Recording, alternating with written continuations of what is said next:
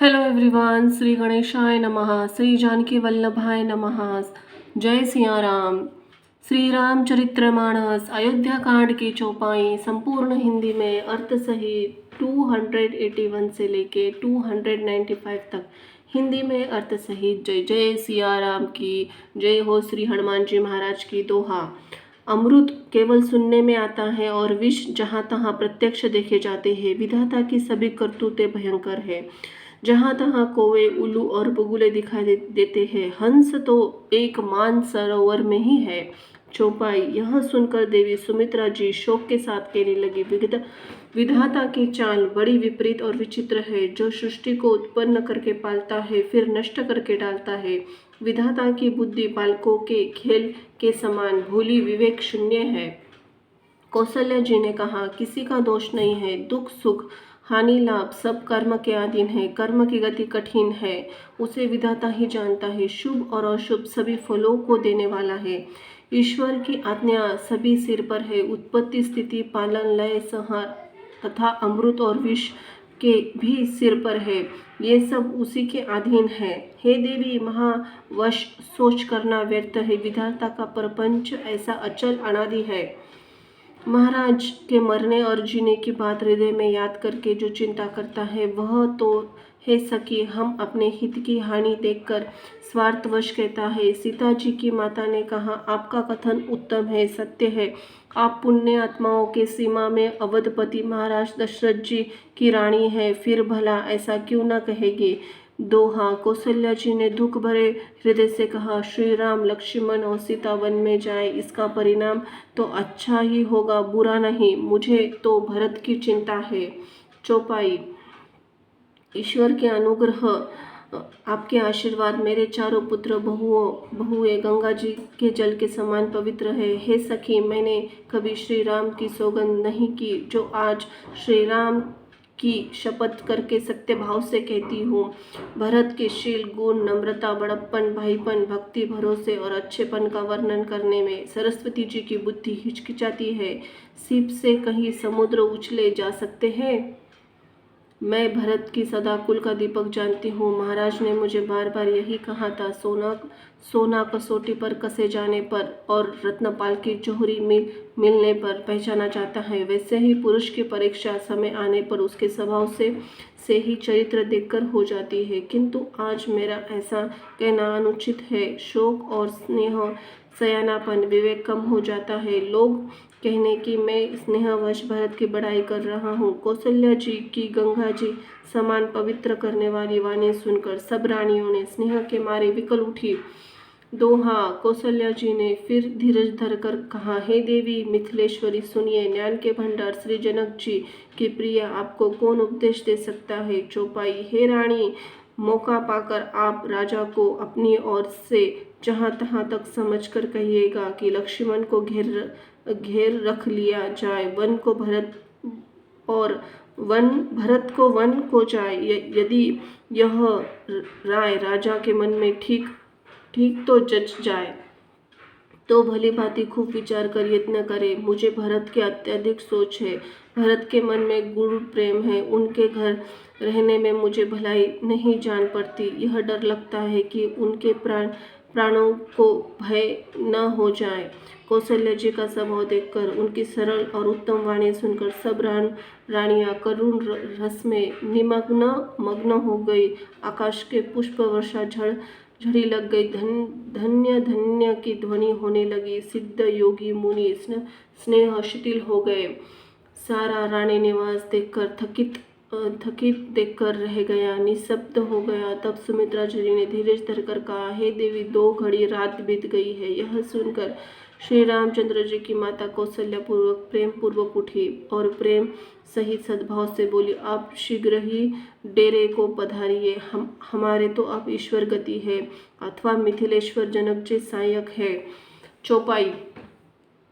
कौशल्या जी के प्रेम को देखकर, उनके विनम्र वचनों को सुनकर जनक जी की प्रिय पत्नी उनके पवित्र चरण पकड़कर कहा कि हे देवी, आप राजा दशरथ जी की रानी और श्री राम जी की माता है। ऐसी नम्रता उचित ही है।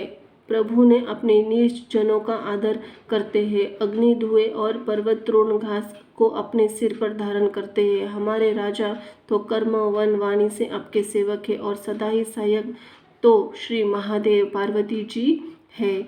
आपका सहायक होने योग्य जगत में कौन है? दीपक सूर्य की सहायता से करने से जाकर कभी शोभा पा सकता है। श्री रामचंद्र जी वन में जाकर देवताओं के सारे कार्य करके अवधपुरी में अचल राज्य करेंगे। देवता, नाग, मनुष्य सब श्री रामचंद्र जी की भुजाओं के बल पर अपने अपने स्थान लोकों में सुखपूर्वक बसेंगे। यह सब याज्ञवल्क्य मुनि ने पहले से ही कह रखा है। हे देवी, मुनि का कथन व्यर्थ झूठा नहीं हो सकता। जनक जी श्री राम जी के गुरु वशिष्ठ जी की आज्ञा पाकर डेरे को चले।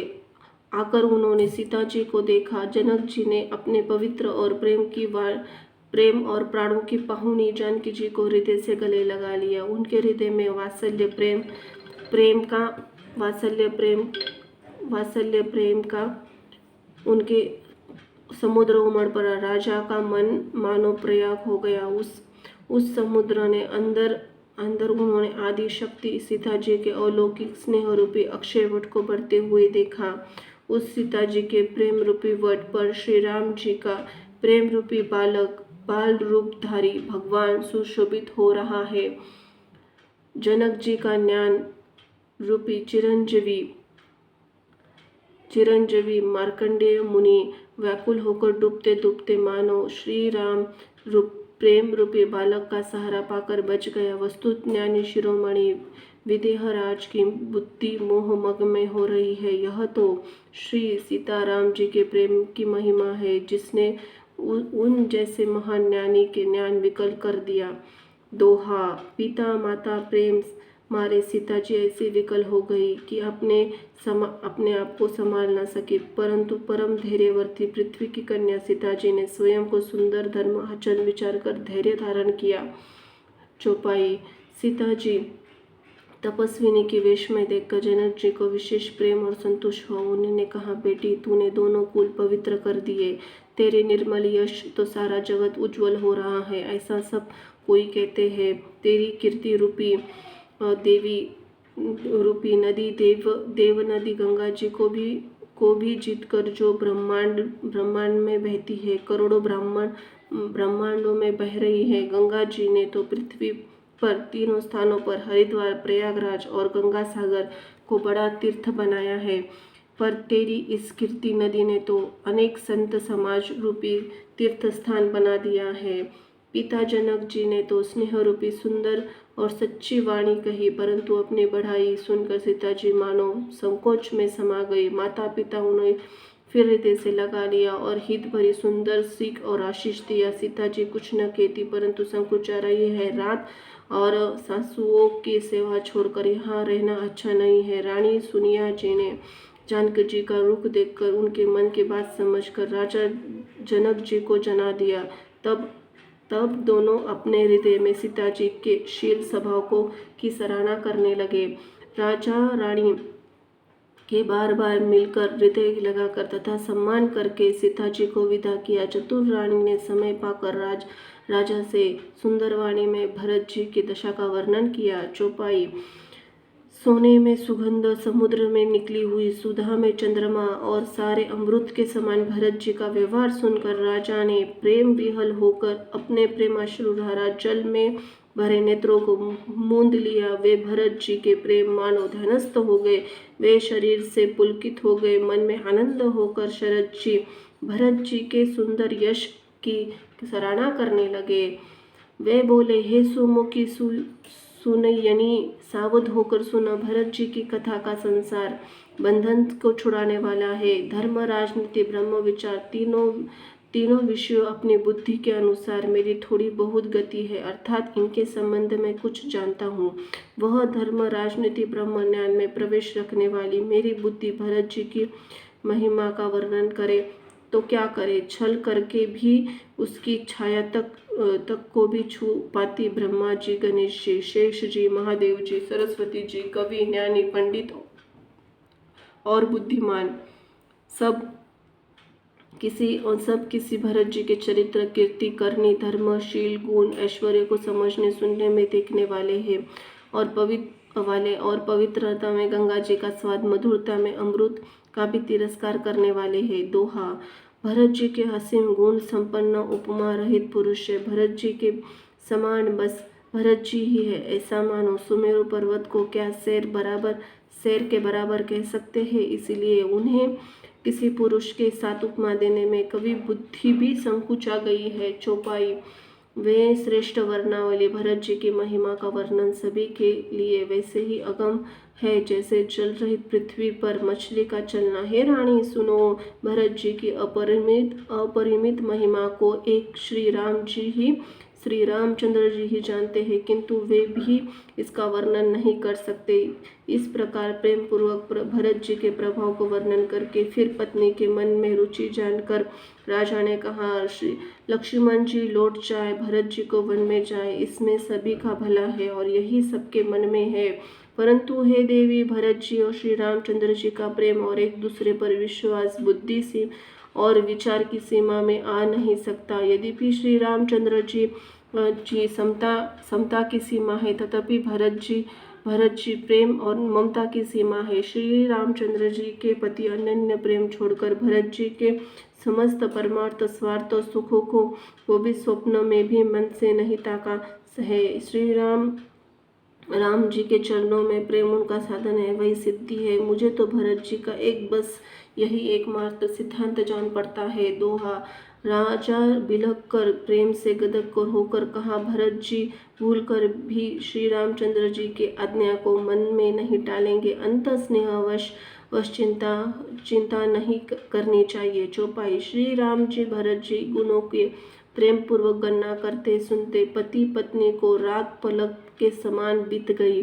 प्राप्त काल दोनों राज समाज में जाके नहा कर देवताओं की पूजा करने लगे। श्री रघुनाथ जी स्नान करके गुरु वशिष्ठ के पास गए और चरणों की वंदना करके उनका रुख पाकर बोले, हे नाथ, भरत अवधपुरी वासी तथा माताएं सब शोक व्याकुल वनवास से दुखी है। मिथिलापति राजा जनक जी को भी समाज सहित क्लेश सहते बहुत दिन हो गए। हे नाथ, जो उचित है वही कीजिए, आप की ही हाथ में सभी का हित है। ऐसा कहकर रघुनाथ जी अत्यंत सकुचा गए। उनकी शील स्वभाव देखकर प्रेम आनंद मुनि वशिष्ठ जी पुलकित हो गए। उन्होंने खुलकर कहा, हे राम, तुम्हारे बिना घर बार आदि संपूर्ण सुखों के साथ दोनों राज समाजों को नरक के समान है। दोहा। हे राम, तुम प्राणों के भी प्राण, आत्माओं के भी आत्मा, सुखों के सुख हो। हे तात, तुम्हें छोड़कर जिन्हें घर सुहाता है उन्हें विधाता विपरीत है। चौपाई। जहाँ श्री राम के चरण कमलों में प्रेम नहीं है, वह सुख कर्म धर्म जल जाए। जिसमें श्री राम की प्रेम प्रधानता नहीं है, वह योग कुयोग, वह ज्ञान अज्ञान है। तुम्हारे बिना ही सब दुखी है और जो सुखी है वो तुमसे ही सुखी है। जिस किसी जी में कुछ है तो वो तुम सब जानते हो। आपकी आज्ञा सभी के सिर पर है। कृपालु, आप सभी की स्थिति अच्छी तरह से मालूम है। अंततः आप विश्राम कर के पधारिए। इतना कहकर मुनिराज स्नेह से शिथिल हो गए। तब श्री रामचंद्र जी प्रणाम करके चले और ऋषि वशिष्ठ जी धीरज धरकर जानकी जी के पास आए। गुरु जी ने श्री रामचंद्र जी शील और स्नेह से सुंदर स्वभाव से सुंदर वचन राजा जनक जी को सुनाया और कहा, हे महाराज, आप वही कीजिए जिसमें सबका धर्म और सहित हो। दोहा। हे राजन, तुम ज्ञान के भंडार, सुजान, पवित्र, धर्म और धीर हो। इस समय तुम्हारे बिना इस दुविधा को कौन दूर करने में कौन समर्थ है। चौपाई। मुनि वशिष्ठ जी के वचन सुनकर जनक जी प्रेम में मग्न हो गए। उनकी दशा देखकर ज्ञान और वैराग्य भी वैराग्य हो गए, अर्थात ज्ञान वैराग्य उनसे छूट गए, प्रेम से शिथिल हो गए। मन में विचार करके कहने लगे, हम यहाँ आए यह अच्छा नहीं किया। राजा दशरथ जी ने श्री रामचंद्र जी वन जाने के लिए कहा और स्वयं अपने प्रिय प्रेम प्रमाणित सच्चा कर दिया। प्रिय वियोग में प्राण त्याग दिए, परंतु हम इन्हें वन से और गहन वन में भेजकर अपने विवेक की बढ़ाई करके आनंदित हुए लौटेंगे। हमें जरा भी मोह नहीं है। हम श्री रामचंद्र जी को वन में छोड़कर चले आए, दशरथ की तरह मरे नहीं। तपस्वी मुनि ब्राह्मण यह सब सुनकर प्रेमवश व्याकुल हो गए। समय का विचार करके राजा धीरज धरकर समाज सहित भरत जी के पास चले। भरत जी ने आगे होकर लिया, आगे आकर स्वागत किया, समय अनुकूल अच्छे आसन दिए। तिरहुत राज जानकी जी कहने लगे, हे तात भरत, तुमको श्री रामचंद्र जी का स्वभाव मालूम है। दोहा, श्री रामचंद्र जी सत्यवती धर्मपरायण है, सबका शील स्नेह रखने वाले हैं, इसीलिए संकोचवश संकट सह रहे हैं। तुम जो आज्ञा दो वह उनसे कही जाए। चौपाई। भरत जी की यह सुनकर पुलकित शरीर, नेत्रों में जल बड़ा भारी धीरज धरकर बोले, हे प्रभु, आप हमारे पिता के समान प्रिय पूज्य है। कुल गुरु वशिष्ठ जी समान हितैषी माता पिता भी नहीं है। विश्वामित्र आदि मुनियों ने और मंत्रियों का समाज है। आज के दिन ज्ञान समुद्र आप भी उपस्थित है। हे स्वामी, मुझे बच्चा सेवक आज्ञानुसार चलने वाला समझकर शिक्षा दीजिए। इस प्रकार इस समाज और पुण्य स्थल में आप जैसे भी ज्ञानी पूज्य समझना। इस बात पर यदि मौन रहता हूँ तो मिलन समझा जाऊंगा और बोलना पागलपन होगा। यद्यपि छोटे मुंह से बड़ी बात कहता हूँ तो हे तात, विधाता का प्रतिकूल जानकर मुझे क्षमा कीजिएगा। वेद शास्त्र पुराणों में प्रसिद्ध है, जगत जानता है कि सेवा धर्म बड़ा कठिन है। स्वामी धर्म प्रत्येक कर्तव्य पालन है, स्वार्थ विरोधी है, दोनों एक भी नहीं हो सकता, अंधा हो सकता है। प्रेम ज्ञान नहीं हो सकता, स्वार्थवश कहूँगा, प्रेमवश दोनों में ही भूल होना तय है। दोहा, अंततः मुझे पराधीन जानकर मुझसे न पूछकर श्री रामचंद्र जी की रुचि धर्म सत्य व्रत को रखते हुए सबके सम्मित और सबके हित के हितकारी आप सबके प्रेम पहचान कर वह कीजिए। चौपाई। भरत जी के वचन सुनकर, उनका स्वभाव देखकर समाज सहित राजा जनक जी सराहना करने लगे। भरत जी के वचन सुगम, अगम, सुंदर, कोमल, कठोर है। उनके अक्षर थोड़े हैं परंतु अर्थ अत्यंत अपरंपार भरा हुआ है।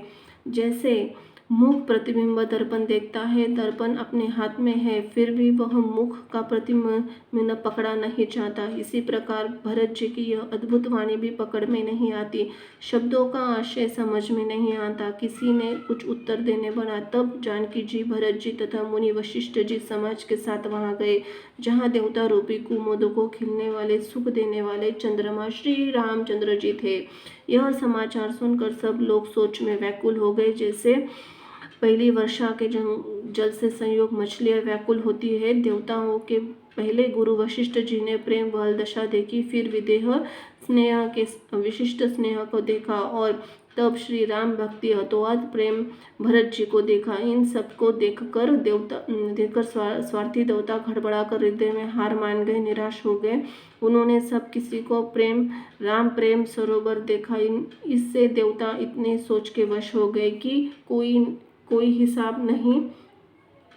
दोहा, देवता इंद्र सोच भर कर कहने लगे, श्री रामचंद्र जी स्नेह के संकोचवश, इसलिए सब लोग मिलकर कुछ प्रपंच माया रचो, नहीं तो काम बिगड़ा ही समझो। चौपाई। देवताओं ने सरस्वती का स्मरण करके सराहना की, स्तुति करके कहा, हे देवी, देवता आपकी शरणागत है, उनकी रक्षा कीजिए, अपनी माया रचकर भरत जी की बुद्धि को फेर दीजिए, छल की छाया कर देवताओं का कुल पालन रक्षा कीजिए।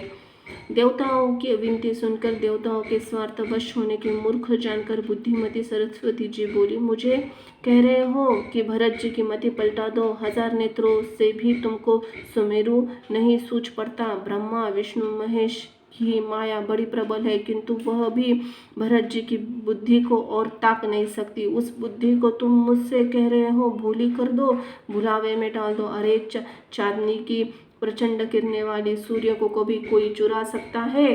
भरत जी के हृदय में सीता जी राम जी निवास करते हैं। जहाँ सूर्य प्रकाश करता है वहाँ अंधेरा कैसे हो सकता है? ऐसा कहकर सरस्वती ब्रह्मलोक को चली गई। ऐसा देवता ऐसे व्याकुल हुए जैसे रात्रि को चकवा व्याकुल होता है। दोहा मलिन मन वाले स्वार्थी देवताओं ने बुरी सलाह करके बुरा ठाठ षड्यंत्र रचा, प्रबल माया जाल रचकर भय प्रेम अप्रीति उच्चारण फैला दिया। कुचाल करके देवराज इंद्र सोचने लगे कि काम बनना बिगड़ना सब भरत जी के हाथ में है। इधर राजा जनक जी मुनि वशिष्ठ जी के साथ श्री रघुनाथ जी के पास गए। सूर्य कुल के दीपक श्री रामचंद्र जी को सबका सम्मान किया। तब रघुकुल पुरोहित वशिष्ठ जी ने समय समाज धर्म अविरोधी अर्थात अनुकूल वचन बोले। उनके पहले जनक जी भरत जी का संवाद सुनाया, फिर भरत जी की कही हुई सुंदर बातें कही। फिर बोले, हे तात राम, मेरा तो मत है तो यही है, तुम जैसी आज्ञा दो वैसा ही सब करे। यह सुनकर दोनों हाथ जोड़कर श्री रघुनाथ जी सरल सत्य कोमल वाणी बोले, आपके और मिथिलेश्वर जनक जी के विद्यमान रहते मेरा कुछ कहना सब भद्दा अनुचित है, और महाराज आपकी आज्ञा होगी मैं आपकी शपथ कह के कहता हूँ, वही सत्य है, सबको शिरोधार्य होगी। जय हो सिया राम की। धन्यवाद।